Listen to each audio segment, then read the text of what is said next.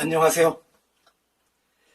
3월 2일 아침입니다. 어제는 3.1절을 맞아서 근현대 불교사 이야기를 하루 쉬고 만해 용원 스님의 조선독립 감상개요라는 짧지만 의미가 있는 논설문을 낭송하는 것으로 대신하였습니다. 자, 오늘은 근현대 불교사 이야기 120장면 74번째 순서로 전두환의 백담사 행은 유배가 아니었다, 이런 제목으로 말씀을 드리겠습니다. 소위 12.7 범난이 일어난 지 43년이 지났습니다. 그러나 왜 이런 일을 일으켰는지에 대해 당시 최고 권력자였던 전두환은 분명한 답을 내놓지 않고 세상을 떠났습니다. 17범난의 또 다른 중요한 책임자인 노태우도 그렇게 떠났습니다. 어쨌든 전시와 불교계는 이런 악연으로 맺어졌습니다. 1987년 대통령 선거에서 노태우가 당선되고 그 뒤 국회에서 이른바 여소야대, 야당이 국회에 다수가 되는 여소야대 상황이 되어 50 청문회가 진행되면서 전시 처리가 중요 정치 이슈가 되었습니다. 그 당시 50 청문회 광경을 TV 생중계로 지켜보던 그 장면들도 이리저리 생각이 납니다. 결국 1988년 11월 23일에 전시가 국민 여러분께 드리는 말씀을 발표한 뒤 부인 이순자 씨와 함께 내설악 백담사로 들어갔습니다.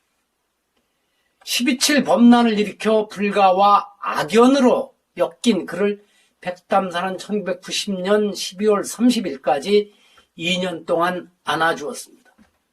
악업을 지은 사람일지라도 품에 안아주고 교화시키는 것이 부처님 가르침이니까 그를 받아준 스님들은 수행자가 해야 할 일을 한 것입니다. 그렇지만 백담사 입구에서 민족성지 백담사의 민족 반역자 웬 말이냐는 현수막을 펼치고 그의 백담사 행을 막겠다고 나선 젊은 스님들과 학생들도 당연히 그들로서는 당연히 해야 할 일을 한 것이고 박수를 쳐줄 일이었습니다.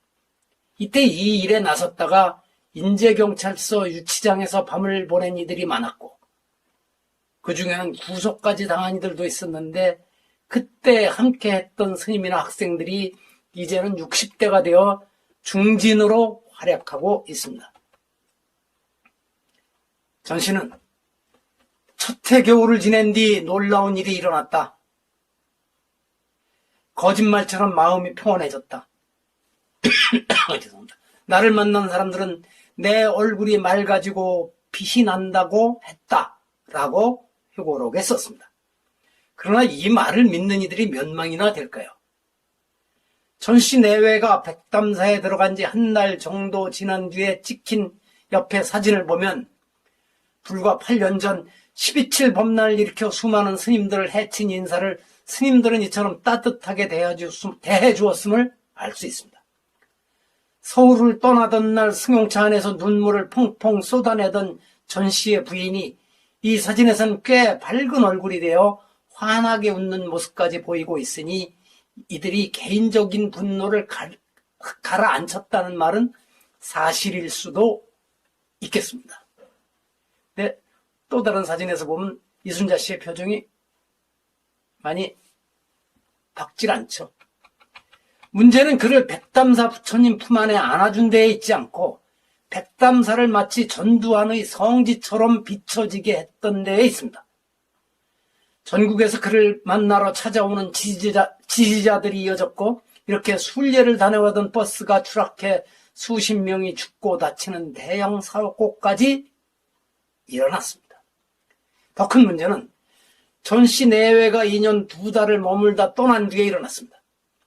그가 머물던 방인 화엄실에는 그들이 쓰던 플라스틱 목욕통과 옷 몇 점 등을 전시해놓고 그 화엄실 방문 위에 제12대 대통령이 머물던 곳입니다는 표지판까지 붙여놓아서 전제왕권 시절에 억울하게 유배당했던 인사들처럼 전씨 내외가 핍박을 당한 인사였다는 인상을 받게 하고 있으며 그가 쓴 글씨를 새긴 편액이 백담사의 주불전인 극락보전에 몇 해 전까지 버젓이 걸려 있었기 때문입니다.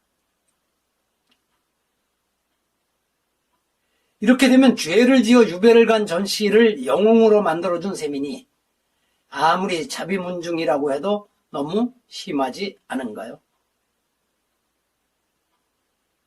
전두환 씨가 이래라는 자기 호를 써서 편액을 쓴 것이 또 북한산 문수사에도 가면 있습니다. 다음에 아마 그 얘기도 한번 할 기회가 있을 것입니다. 들어주셔서 고맙습니다.